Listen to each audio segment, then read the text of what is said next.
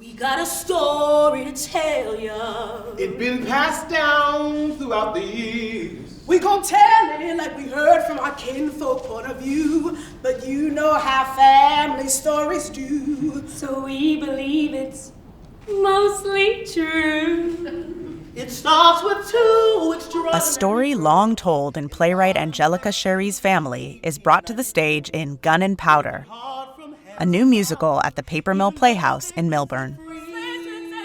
My grandmother is the niece of Mary and Martha Clarke, and she would show me photo albums filled with my relatives, African-American people, and it was always striking because in the middle of that photo album, we would see two white women. These are actually my great-great-aunts, and she would explain that they passed for white, and they were outlaws, and there was always some different spin on the story that she would explain as to they robbed a bank, or they jumped a train, or they killed this person. It was never the same story, and no matter who else I would speak to, whether it was an uncle, an aunt, a cousin, everyone had a different perspective about what these women committed as their notorious outlaw escapades. And so I thought that was just so fun and rich and musically potent.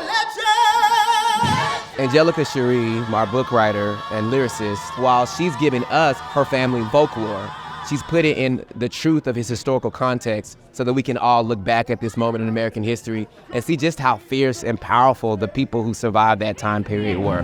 They robbed a barber shop in a brothel house in a Baptist church, barely steering clear of jail. In the Wild West, women outlaws and gunslingers were rare, but not unheard of.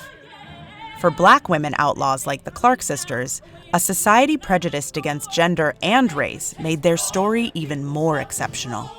This is something that has been a part of not just American culture because of the stratification of race and colorism, but also around the world and what it means to have to suppress a part of yourself in order to survive.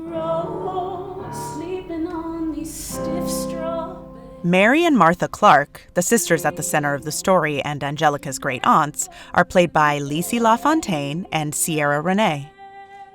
I can just tell in the way that she writes how much care she has for this story, how important it is to her. What Angelica has done is she's taken this story where it would normally be two men at the center. She's made two women, she's placed them at the center of the story. So you get all of the capers and all the action and all of the story of a Western, but it's following two Black women. She's kind of created a new genre. It's kind of like, you got the spaghetti Western. I feel like she's creating like a soul food Western. It's like really, really incredible.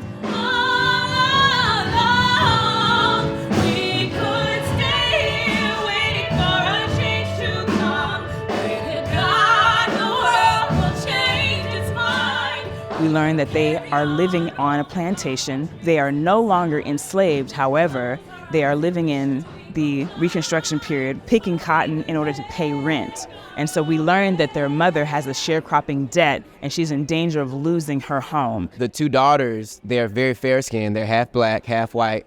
And they get this crazy notion that they should pass for white and see if they can go find work that would be more lucrative for them. So the play set in 1893. On their journey, they discover that they're in the West. They're in the Wild Wild West, and people are gunslingers, and people are like, doing whatever they can to survive. And they're like, well, maybe we should do that too. And so it becomes a little bit of a take from the rich and give to the poor story, a little bit of Robin Hood. When they stumble upon robbing people and becoming outlaws, it was something that was born out of a moment of survival, but then it becomes their new way forward. And beware, my darlings, there's no secrets in the sun.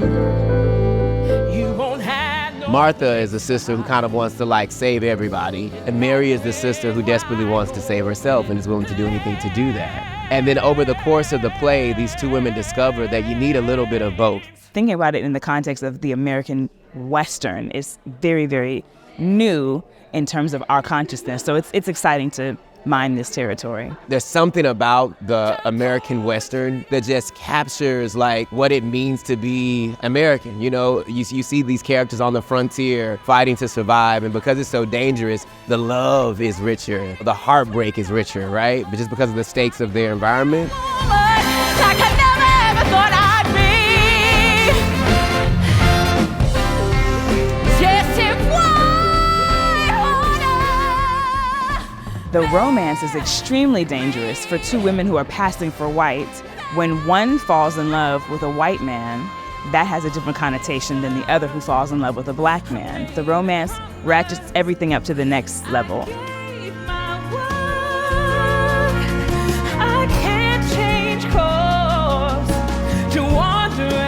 What I love about this musical is that we're dealing with an issue that America has been dealing with for a very long time, which is race. We're dealing with two girls who are both black and white. You're going to go on their journey and what it feels like to be one person but in two worlds. So I think that's a story that a lot of Americans can sit with. We get set up in the gravity of this situation, and then we also get to see the resilience and the excellence and the comedy and the beauty of enslaved people, of black people, of us, these women who are empowering themselves. Paper Mill has such a legacy of raising big news shows, so I'm really excited to bring this in such a heightened way to the conversation.